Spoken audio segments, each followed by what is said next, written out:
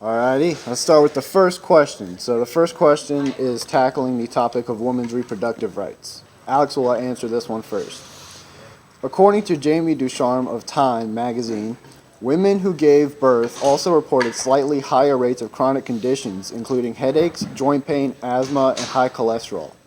Two women who ended up giving birth also died from maternal causes which could have been avoided had these women had access to the health care they had sought. What are your solutions to the Planned Parenthood conflict? I think that abortion should remain an option for those reasons you said. So, really no problem with that. Of course, there are more forms of Planned Parenthoods than abortion, such as condoms, birth control pills, etc. Would you feel differently about Planned Parenthood if it wasn't just known by having an abortion? No, because I believe that women should have the right to do what they want with their bodies. So,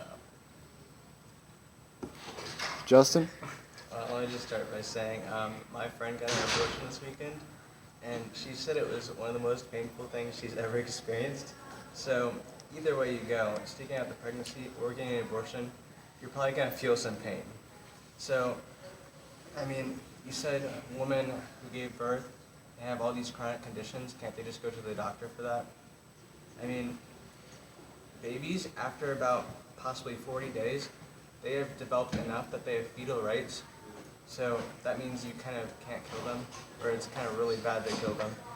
Um, yeah.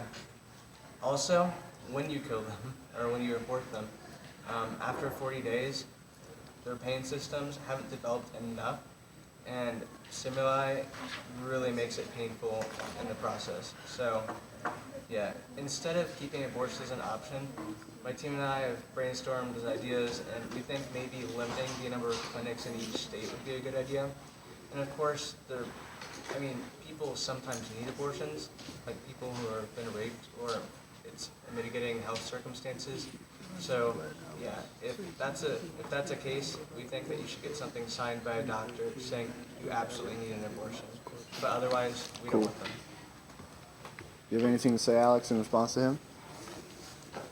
yeah, I just want to know what you mean by like they can just go to the doctor. Like, what does that mean?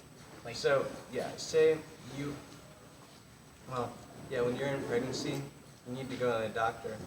And say your baby's having problems, and that baby is going to cause you to have health problems, like the baby's not going to make it, but if we don't do anything about it, you won't make it either.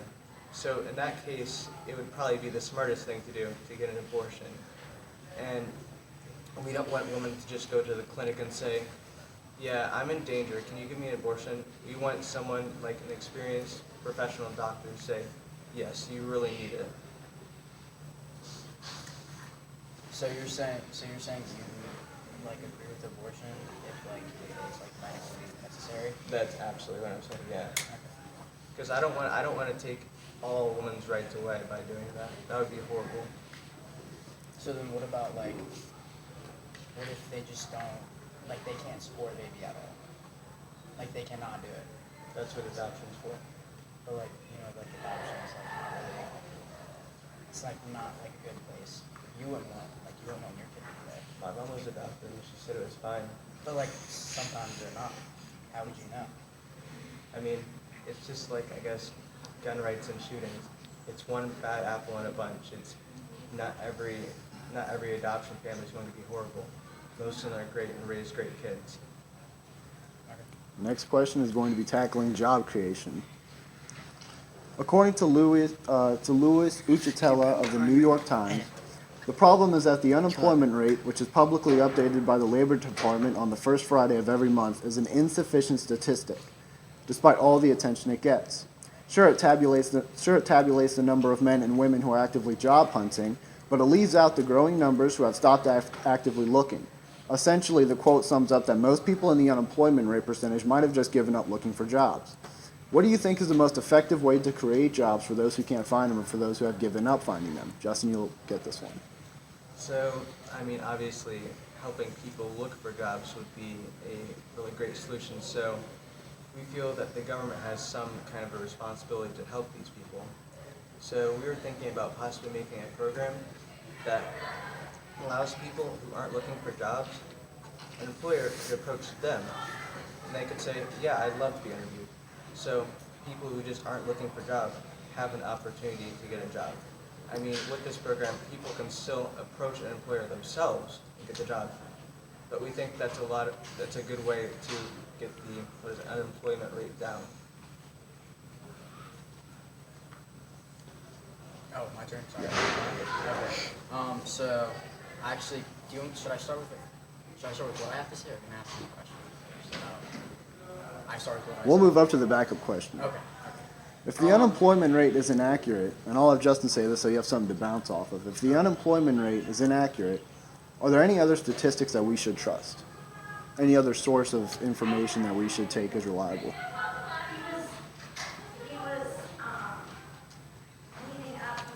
There's several surveys that show whether people are employed or not, whether they're looking or not. I don't think the unemployment rate, which is published, I guess, is the only thing you should look at.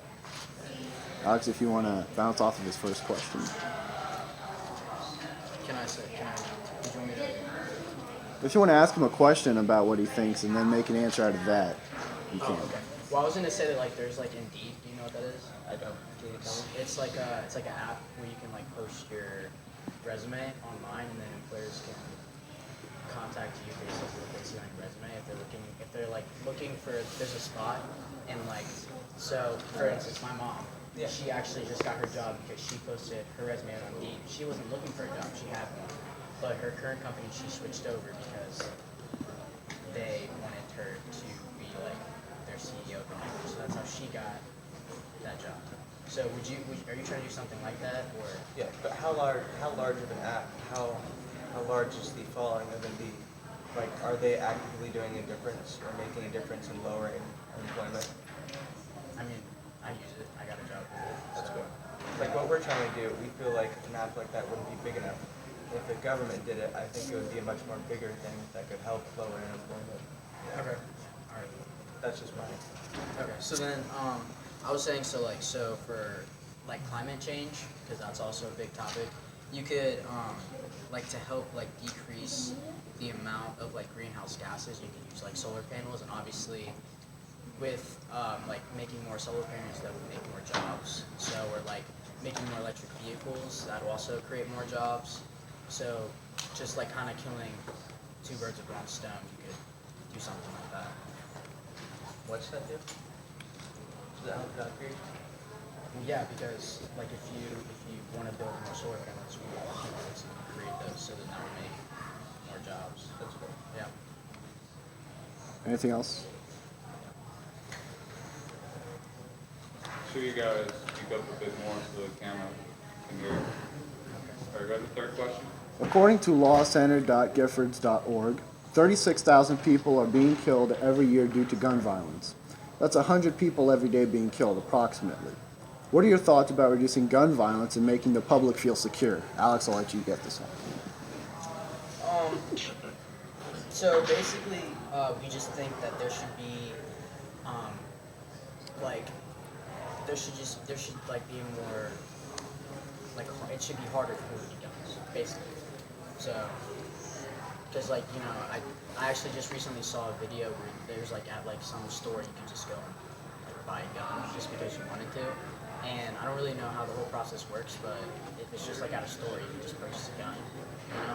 So like, we just think that, obviously you can't take away like the Second Amendment because everybody has the right to bear arms, but at the same time, it's like, you have to ask yourself like to what extent, like do you really need an AK-47 or like, you know what I mean? Yeah. So, that's it. If you want. Yeah, so I agree with Alex that I think that there should be some more extensive background checks before you purchase a gun. But I don't think that is the only solution. So I think we should do is create a program that really teaches people how to recognize the signs. That would truly almost eliminate gun violence, really. Because it's, like I said, one bad apple in a bunch. You just have to recognize it. Do you think the influence for most of these school shootings come mainly from guns or from another source? I don't think it's necessarily guns. I think it's other sources like, I don't know, bullying, pressure, anxiety, that kind of stuff. Yeah, I agree. I don't think that, obviously guns cannot shoot themselves. It's the people who like use them. So, and I agree with that. But like at the same time, even if you teach people, are they really going to speak up about it? Because, like just like if somebody were to like pass out right here, like there's like a thing called a bystander effect. People see it and they notice it, but they don't do anything because they think somebody else would. So like that's where it's kind of gets hard because how even when you teach people, that doesn't mean that they'll necessarily do it. I agree with that, but it's not like you're asking them to confront the shooter and say, hey, if you're going to shoot up this place, I need you to not. I think we're asking people to come to authorities like police, and it's a really big issue, and I think people are passionate about stopping it. So if we give them the training, I think they would be more inclined to, I don't know, tell people like the police that this could happen. According to NOAA.gov, you get the question. Last November was recorded as the second hottest on our planet. Has recorded as the second hottest month our planet has ever been in the winter season. Last September was tied to the hottest. Last September was tied to the hottest the planet has ever been in the autumn season. How are we going to manage global warming and climate change in the upcoming years and in the 2020s?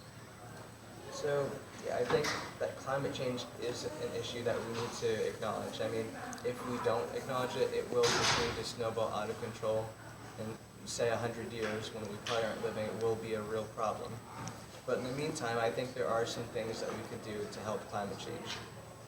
Recently, in the past 10 years or so, electric cars have been becoming a big thing. There's only a few manufacturers in the U.S., though, that make electric cars, like Chevrolet, which makes one or two, and then Tesla, a big one. What we were thinking about doing is requiring all American manufacturers to create electric models or trims of their family cars, like SUVs and sedans. I mean, electric cars, it's a big booming business, and people are really interested in it. I think that would be a great way to help start solving climate change. Do you have anything to say?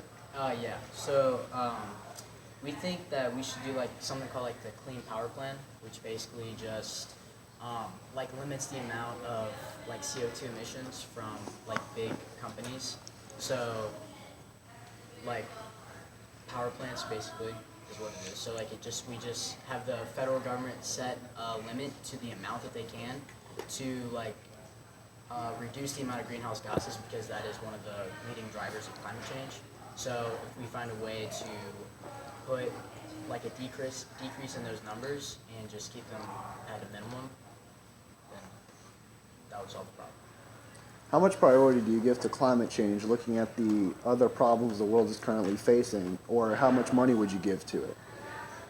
In my opinion, I don't think climate change is necessarily the thing we have to be focusing on right now, like gun violence. That's something that's huge right now. I think people should be spending most of their time on it. Like the other three issues, I think I'd spend probably 90% of my time and money on that.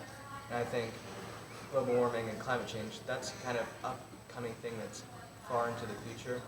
And I think if we start fixing like 10% of our time on it now, we can solve it. Yeah, I agree. I just think that there shouldn't be like a limit to the amount of money because obviously if we just don't solve it, it's gonna lead to bigger problems in our world than it already is right now. So I wouldn't really set a limit. I would just do everything I could to fix the problem. You guys have 1 minute to make a closing statement. Justin, you can make yours first.